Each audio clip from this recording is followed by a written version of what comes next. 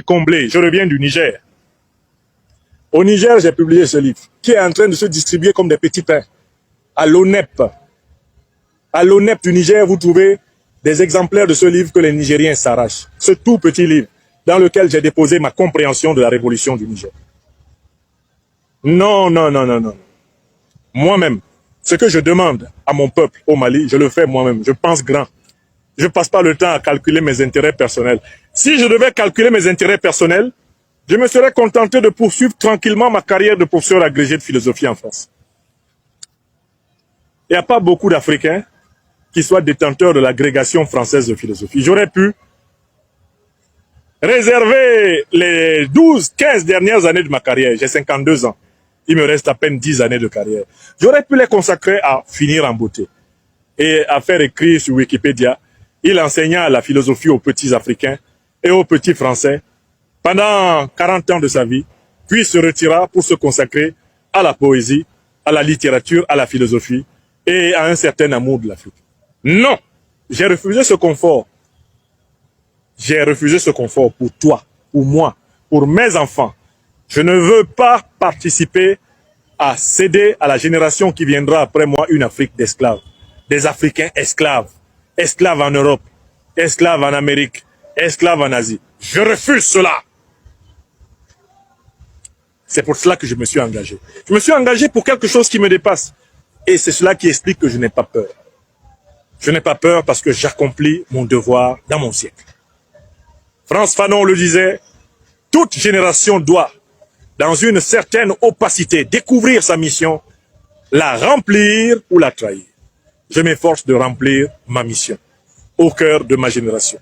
Toi qui m'écoutes, tu es peut-être mon aîné, tu es peut-être mon cadet.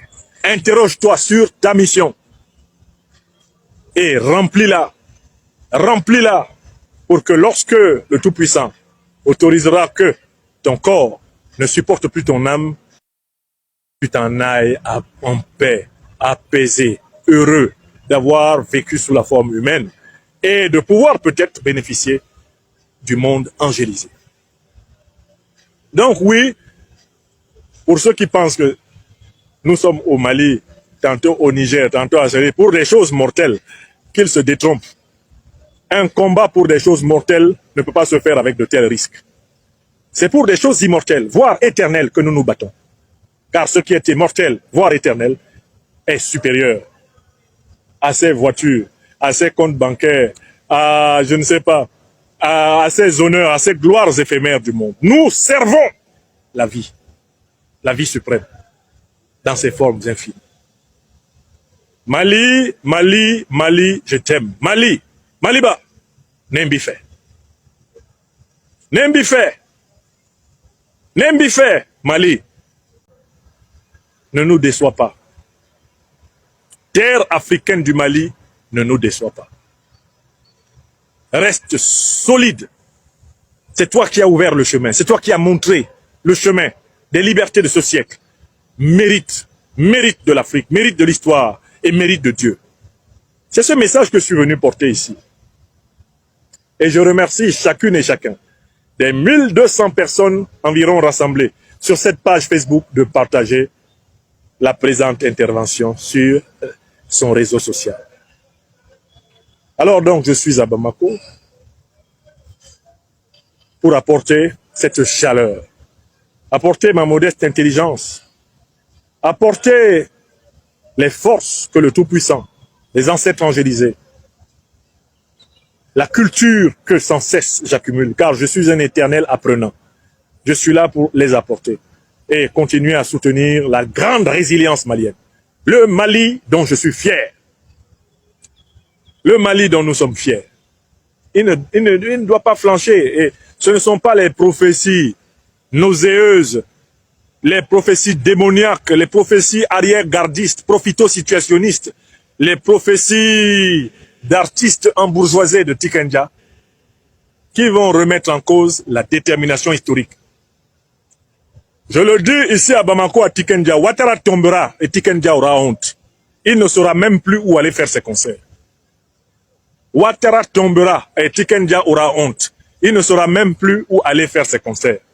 Ouattara Draman l'individu au faciès asymétrique et à la démarche en point-virgule qui fait souffrir ma patrie ivoirienne, il tombera et Tikendia aura honte. Et il ne sera même plus sur cette terre africaine où aller faire ses concerts.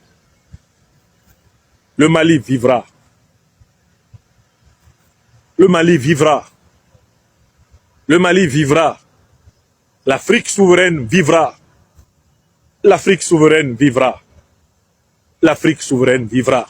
L'homme et la femme africains seront respectés sur toute la planète, comme ils le furent pendant plus de 4000 ans de notre histoire antique. L'homme et la femme africains seront respectés sur toute la planète, comme ils le furent pendant plus de 4000 à 5000 ans dans les périodes antiques. L'homme et la femme africains seront respectés comme ils le furent pendant plus de 4 à 5 000 ans sur tous les continents de cette planète. C'est ce que je voulais dire et je l'ai dit. Je suis à Bamako ici. N'a-t-on pas dit que nous serions des intellectuels de Facebook, comme le prétendent les derniers partisans des deux abominables de Dakar? Bon, ok, je suis toujours sur Facebook, mais je suis à Bamako.